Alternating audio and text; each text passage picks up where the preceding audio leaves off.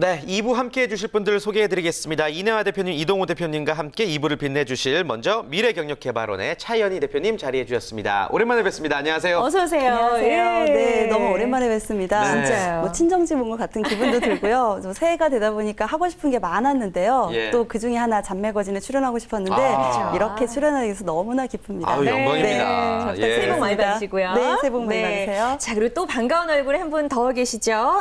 희망쌤으로 불렸던 최현정 컨설턴트 함께합니다. 어서 오세요. 안녕하세요. 진짜 오랜만에 봬요. 네, 진짜 오랜만이죠. 예. 저도 친정 같은 느낌이 들고 편안하네요. 네. 여러분의 희망쌤 최현정입니다. 네, 반갑습니다. 역시 새해 복 예. 많이 받으시고요.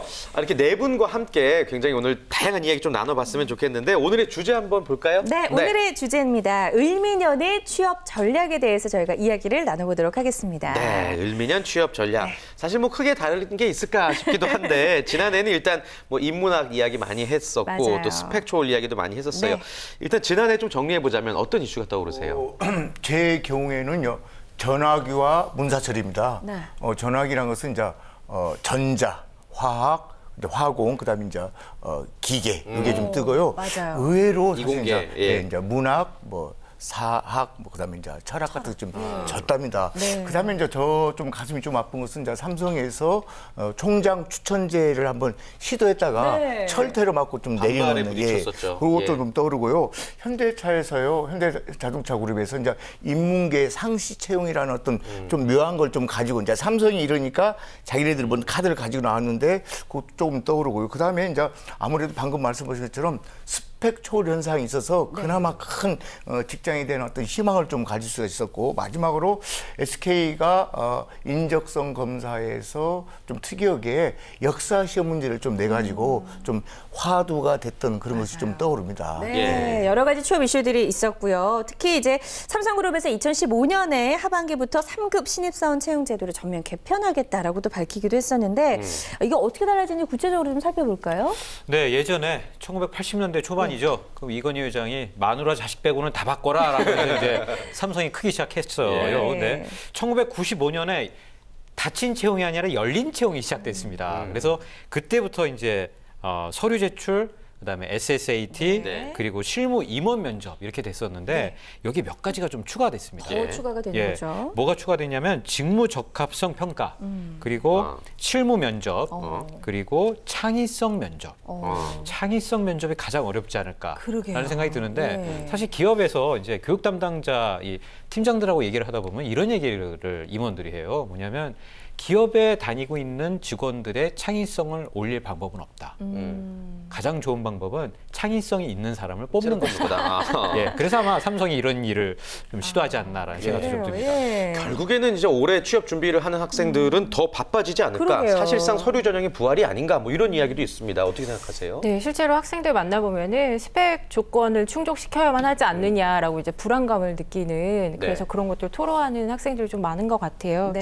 근데 이런 삼성그룹이 2015년 이제 하반기 채용부터 신설하기로 한 이 직무 적합성 평가 자체가 인문 계열의 경우에는 뭐 직무 에세이를 쓴다라던가 또 이공 계열의 경우에는 뭐 이공 전공 과목과 뭐 이런 학점 같은 것들을 이제 내세우는 네. 그런 것들을 이제 SSAT 응시 전에 이제 제출하게 되어 있거든요. 이것 자체가 서류 전형이고 또 스펙 조건을 충족해야 되는 거 아니냐라고 하는 것들을 이제 오해할 수도 있을 것 같아요. 근데 그렇게 되면은 일단 그런 조건을 충족하기 위해서 내가 준비가 많이 되어 있어야 되는데 그럼 오랫동안 시간을 들여야만 하거든요. 직무와 관련해서 내가 준비된 것들을 에세이를 통해서 글로 창의적으로 표현하는 방법을 조금 연구를 해야 될 것 같고 이공계열 같은 경우는 평소에 내가 학점을 잘 따는 좋은 과목을 학점 잘 주는 과목만 하는 게 아니라 전공과 관련해서 내가 이런 실무 능력을 가지고 있다라는 걸 보여줄 수 있는 과목을 이제 준비하는 것들이 필요할 것 같습니다. 그래서 장기간의 시간을 두고 삼성만을 이제 생각하는 그런 친구들이 지원했으면 하는 바람이 있는 것 같아요. 네, 이제 조금 더 빨리 취업 준비를 더 이제 시작을 해야 될 것 같다 이런 생각도 좀 들고요.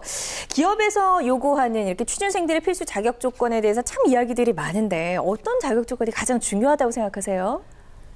우리가 일반적으로 자격 조건 하면은 연애를 한다고 생각했을 때 남자가 여자를, 여성이 남자를 선택할 때 어느 정도의 기준은 좀 있는 것 같습니다. 예. 그래서 나는 어떠한 그것처럼 기업도 어떤 인재를 선택하려고 할 때 기준은 있습니다. 분명히.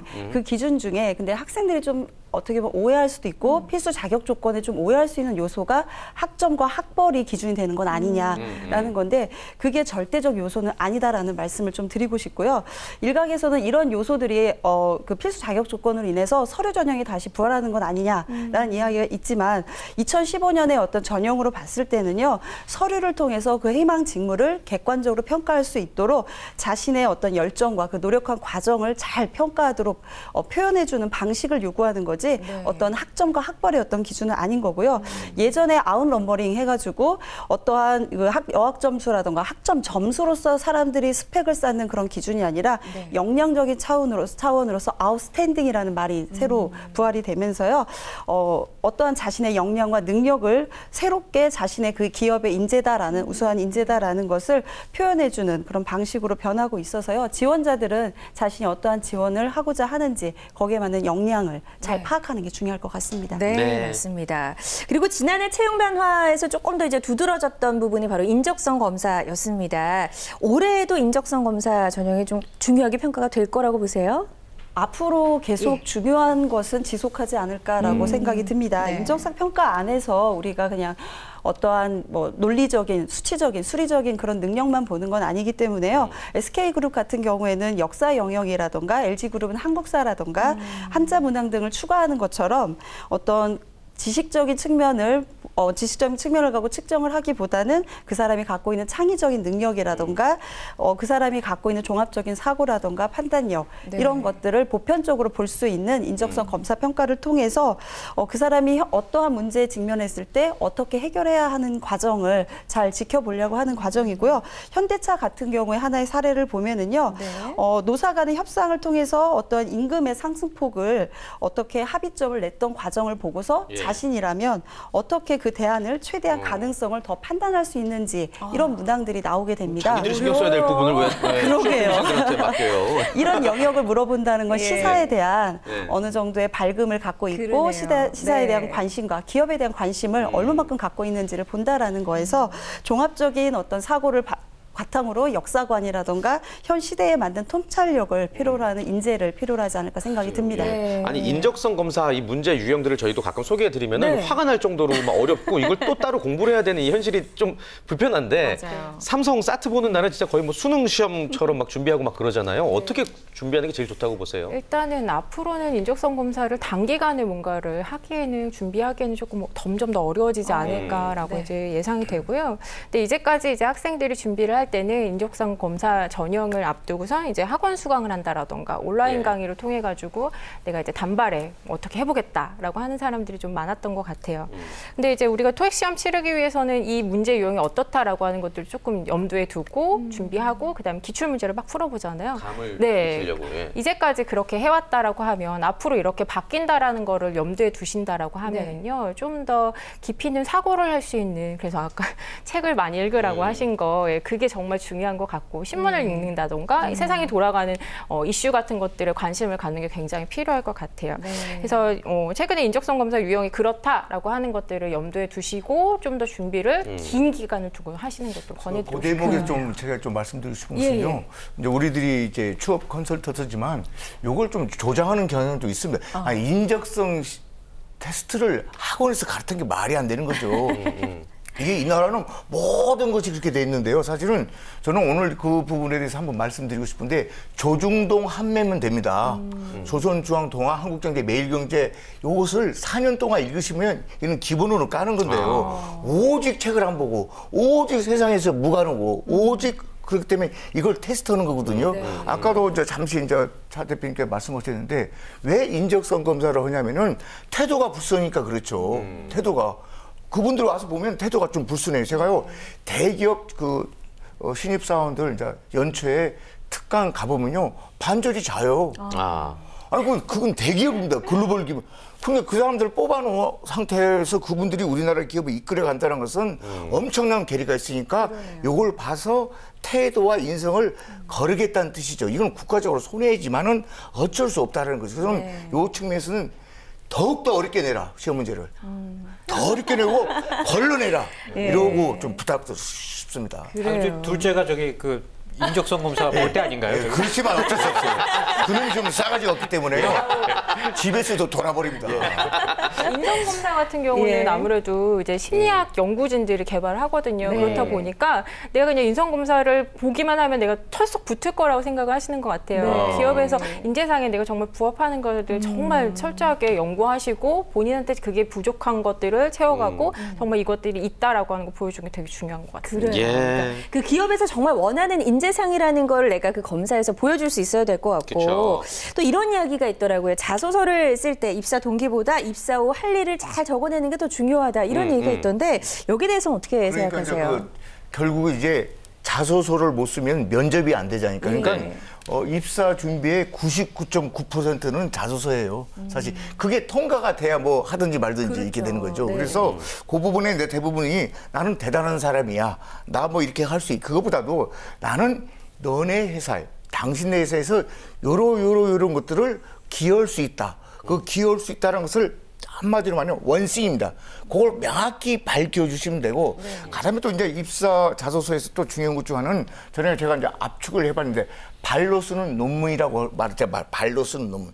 그러니까 발상의 전환, 그다음에 논리적인 사고, 그다음에 나는 이런 문제 해결 능력을 가지고 있다는 것을 좀 차근차근 정리해 놓으면 그걸 보고 괜찮네 이 사람. 그 사람은 오라고 오는 거예요. 네. 지난 연말에 방송했던 기억나시죠? 나는 애플을 출근한다. 네. 오직 오면 애플에서 항공권 주면서 오라고 하는 SNS 채용. 네, 그걸 보시면 되는 거죠. 근데 여기다가 좀 거짓을 좀 포장한다든가 뽀삽을 넣는다든가 하시면 안 된다는 거죠. 좋습니다. 맞습니다. 예. 자, 그리고 또 이제 자소서와 함께 인적성 검사와 함께 에세이 쓰기의 중요성 이제 몇 년 전부터 계속 얘기하고 있는데 네. 우리 이동우 대표님이 이제 책 많이 읽으시니까 에세이를 어떻게 해야 잘 쓰는지를 한번 좀 팁을 주실 수 있을까요? 굉장히 오늘 좋은 팁 하나 드리겠습니다. 아, 좋습니다. 예. 직접 쓰셔야 합니다. 직접.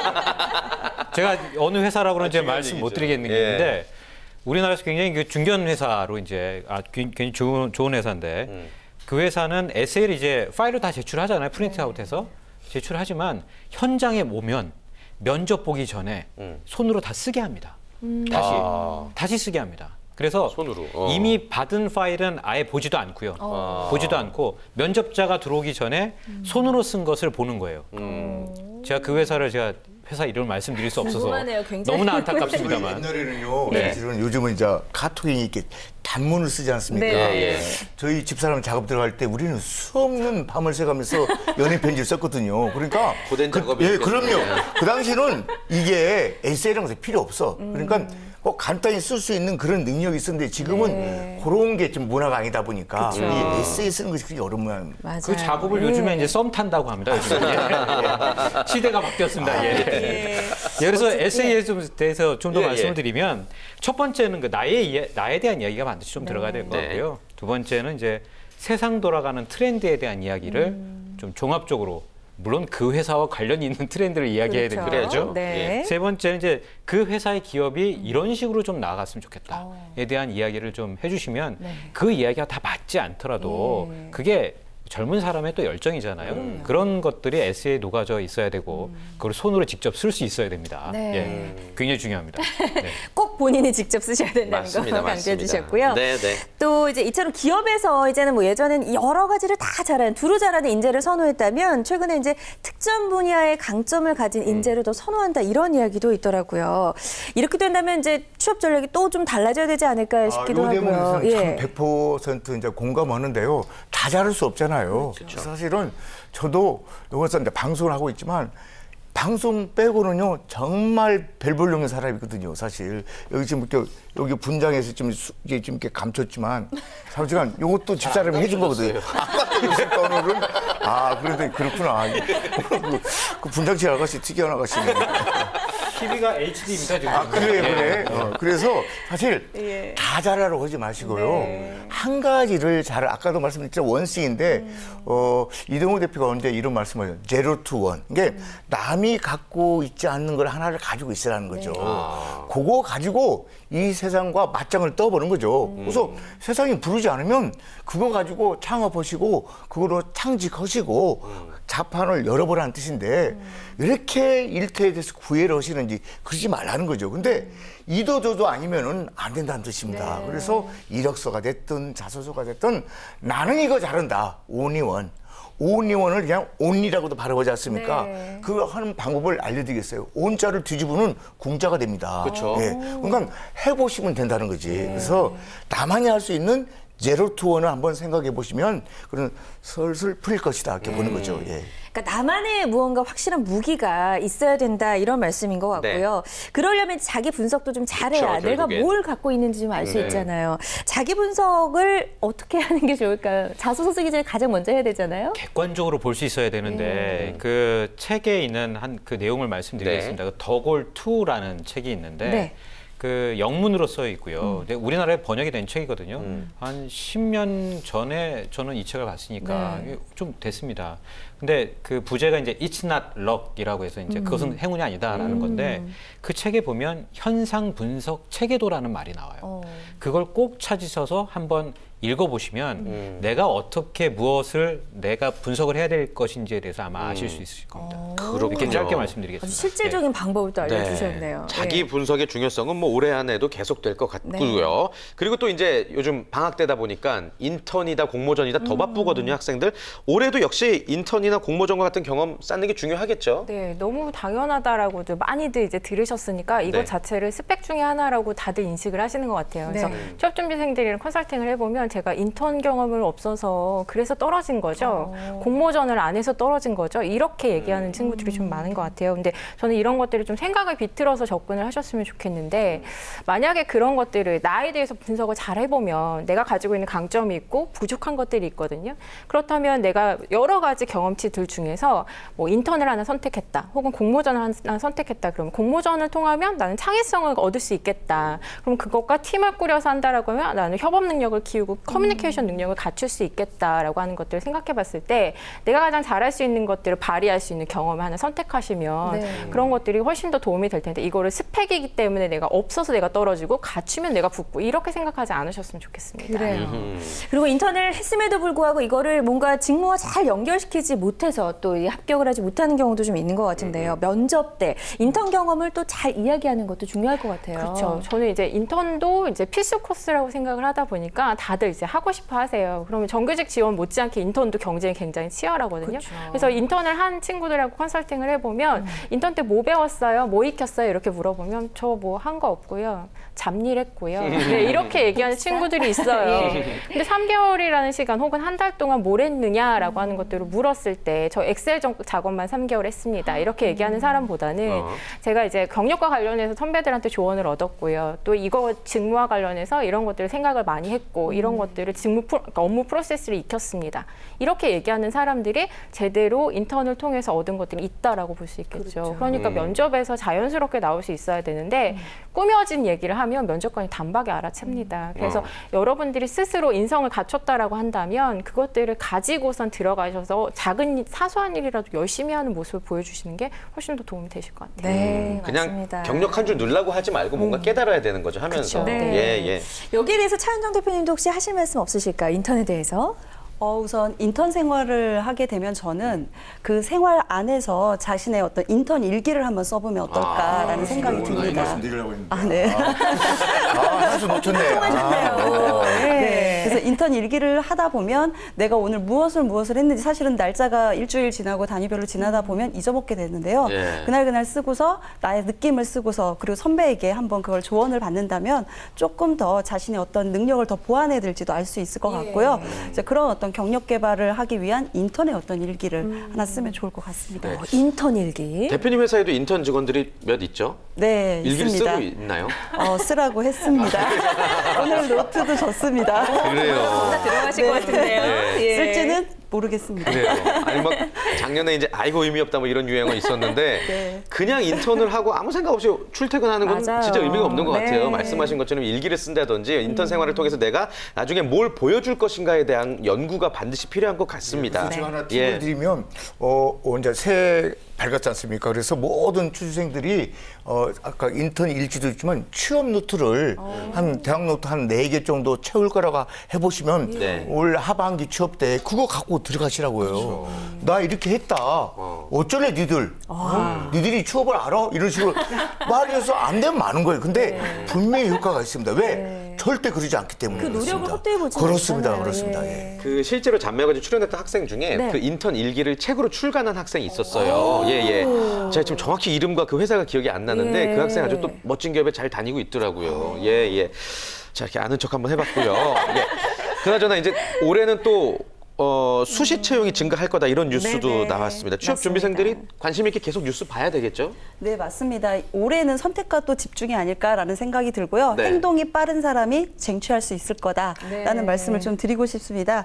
수시 채용이라는 부분은 어떻게 보면은 채용 자체를 단기간에 하기보다는 좀 더 깊이 있고 집중적으로 하겠다라는 거에서 해당 직무에 어떤 인력이 필요할 때 그 필요한 인력에 대해서 이력서를 좀 수시적으로 받아놓거나 네. 그 받아놓은 이력서를 깊이 있게 3, 4개월 정도를 바탕으로 이렇게 채용의 어떤 평가를 통해서 하겠다라는 거에서 우리 기업의 채용 공고를 꾸준히 모니터링하는 게 우리 취업을 준비하는 분들에게 중요하지 않을까 생각이 듭니다. 네, 좋습니다. 자, 이렇게 을미년의 여러 가지 이제 취업 전망을 좀 우리가 해봤고요. 거기에 네. 맞춰서 어떤 것들을 준비해야 될지 좀 간단하게 살펴봤습니다. 근데 이제 새해가 시작이 됐기 때문에 굉장히 좀 밝은 이야기들도 저희가 좀 네. 전해드렸으면 좋겠는데 혹시 준비하신 거 있죠? 저는 이런 가상이지만 예. 여러분들이 전하고 싶은 희망 뉴스를 한번 이 자리에서 이야기 나눠보면 어떨까 싶어요. 그러니까 취업과 관련해서. 네, 예. 저희 같은 경우는 뭐 개인적으로 잔매거진 뭐 출연 학생들 100% 취업 성공 야. 뭐 막 이런 식으로 보도자료 돌리고 싶은 마음이 큰데 그러니까 여기만 나가면 취업이 네. 된다. 이런 뉴스 많이 좀 나왔으면 좋겠고요. 여러분들은 예. 어떤 희망 뉴스를 전하고 싶으신지 한번 여쭤볼까요? 예. 어떤 어느 분부터? 분부터? 예. 이내화 대표님? 네. 예. 뉴스를 만들어야 되나? 뭐 만드셔도 좋죠. 본인이 원하시는 네. 뉴스가 있으면 이런 소식을 좋습니다. 전하고 싶다 네, 올해. 네. 사실은 이 방송 뭐 잘릴지를 모르겠습니다만 이 방송을 통해서요. 어떤 잠매거진이 취업으로 가는 소위 이제 지름길이다. 그래서 저희가 방송 끝나고 나가면 네. 애들이 바깥에 서 있는 거예요. 사인 받으라고. 너무 좋은데요? 예. 그랬으면 좀 좋겠어요. 전혀 연락이 안 오더라고요. 위치를 몰라서 아마 그런 거 아닐까요? 그런가? 그러면 이제 자막에 그 신길역 앞에 건너편에 있다는 걸 좀 알려주세요. 지금 위치까지. 예, 자막으로 이메일 주소 좀 넣어주세요. 출연 신청 한번 받아보도록 하겠습니다. 예. 차은희 대표님도 한번 좀 들어볼까요? 최현정 뉴스? 컨설턴트. 네네. 네, 저는 취업률 100%라고 뉴스에 대문짝마다 이렇게 떴으면 좋겠어요. 취업률 100%. 네. 요즘 고용노동부에서 항상 뭐 취업률이 떨어지고 실업률이 네. 높아지고 항상 이런 안 좋은 소식들 그리고 경제 뉴스 보면 살기 점점 어려워진다 막 이런 절망적이에요. 얘기들 많이 나오잖아요. 우리가 살아가는데 좀 희망적인 이야기들이 점점 많이 나와서 이제 취업을 준비하는 사람들이 내일이 항상 기대되고 오늘이 항상 즐겁고 이렇게 됐으면 좋겠습니다. 네. 건국 이래 정말요? 최초 취업률 100% 100%. 육박. 이런 기사 진짜 너무. 그러면 저희 프로 없어지는 거 아니야? 그것도 좀 문제가 될 수는 있겠네요. 그러네요. 네. 아무튼 네. 생각만 해도 기쁘고요. 맞습니다. 이동우 대표님은 또 책 얘기 하지 마. 책 얘기 고맙습니다. 책 얘기라고 그러죠. 방송 얘기로 시작하겠습니다. 좋습니다. 좋습니다. 잠매거진 보고 네. 책을 봤더니 취업했다. 이런 뉴스가 좀 나왔으면 좋겠습니다. 그래요. 네, 맞습니다. 그래요. 정말 이런 희망적인 뉴스가 빨리 좀 전해졌으면 좋겠고요. 마지막으로 차은희 대표님. 네, 몸에 좋은 약이 또 이렇게 입술잖아요. 그래서 네. 잠매거지를 보면 조금 쓴소리도 좀 하고 이제 그런 독약같이 이렇게 쓴 것 같지만 사실은 그 독약이 나에게는 아주 뭐 힘들고 그 고통적인 시간을 잘 보듬어 줄 수 네. 있는 그런 명치료약이 또 될 수 있을 것 같아서요. 맞아요. 잠매거진을 보면은 네. 나의 아팠던 그런 네. 취업의 아픔을 또 다시 치료할 수 있는 그런 거다라고 네. 하고 싶습니다. 그 네 분 모두 출연에 대한 의지가 굉장히 강하구나라는 걸 올해도 또 느낄 수가 있는 것 같습니다. 예. 아무튼 뭐 저희가 농담처럼 이야기했지만 올 한해도 계속해서 여러분들에게 도움이 될 수 있는 정보 전해드리도록 하겠고요. 네. 끝으로 좀 연초이지만 여전히 절망적이고 희망이 없는 우리 취업 준비생들을 위해서 힘내라는 한 말씀 부탁드릴게요. 네. 제가 이제 강의 말미에 꼭 하는 얘기가 있는데요. 이거 다 외우겠습니다. 무엇이든지 간절히 바라고 그것을 행동으로 옮기면 반드시 그것은 실현으로 현실로 이루어진다는 거죠. 여러분, 그래서 가장 중요한 것은 취업 이 간절함이 네. 2015년 여러분들을 환하게 밝게 해드릴 것입니다. 네. 간절하세요. 네, 그 진심이 느껴지는 것 같고요. 예, 이동호 대표님도 한마디 응원의 이야기 해주시죠. 여러분들은 이미 모든 걸 다 준비하신 상태인 것 같고요. 그것을 어떻게 보여주느냐가 이제 문제인데 아까도 이제 그 인턴 경험이 없으면 어떻게 할 거냐. 네. 그 자리에서 당당하게 얘기하십시오. 저는 다른 데 에너지 쏟지 않고 이 회사 열심히 일하려고 저는 인턴 안 했습니다라고 한다든지 엑셀 작업만 했습니다라고 얘기하지 말고 2014년 매출처 정리했고요. 2015년 매출 예상 엑셀로 제가 만들었습니다. 라고 하면 저는 3개월 동안 엑셀만 했습니다라고 하는 거하고 좀 다르거든요. 완전 느낌이 다르네요. 다르죠. 네. 그러니까 가지고 있는 것을 내가 어떻게 사람들한테 어필할 건지를 생각을 해보시면 아마 정답이 보이실 겁니다. 네. 진짜 중요한 이야기입니다. 예. 예. 차인희 대표님도 한 말씀 전해주시죠. 네. 어제 내가 생각한 게 지금 현재의 나의 모습은 아닌가라는 생각을 해본다면 지금 생각하고 있는 게 내일의 나의 모습이 되지 않을까라는 생각에 지금 현재 여러분들이 어떤 생각을 하고 있는지 다시 한번 점검하시고 내일의 모습을 한번 그려보시는 게 어떨까 드리고 싶습니다. 네. 또 멋진 말씀 해주셨고요. 원하는 대로 이루어지니까. 네. 예. 자, 끝으로 최현정 컨설턴트도요. 끝이니까 짧게 해야겠죠. 네, 취업은 끝이 아니라 성장을 위한 발판이라고 생각합니다. 네. 여러분들이 내일을 위해서 준비하신다면 훨씬 더 도움이 되실 것 같은데요. 발걸음 힘차게 하셔서 성공 취업하시기 바랍니다. 네, 네, 감사합니다. 좋습니다. 예. 자, 이렇게 네 분의 전문가분들 사실 모시기 힘든 분들인데 올 한해도 좀 많은 수고 부탁드려도 괜찮겠죠? 그러니까요. 예, 시간 되실 때마다 꼭 저희에게 좋은 정보 많이 전해주시기 바라겠고요. 네 분과는 여기서 인사 나누겠습니다. 고맙습니다. 고맙습니다. 고맙습니다. 네, 감사합니다.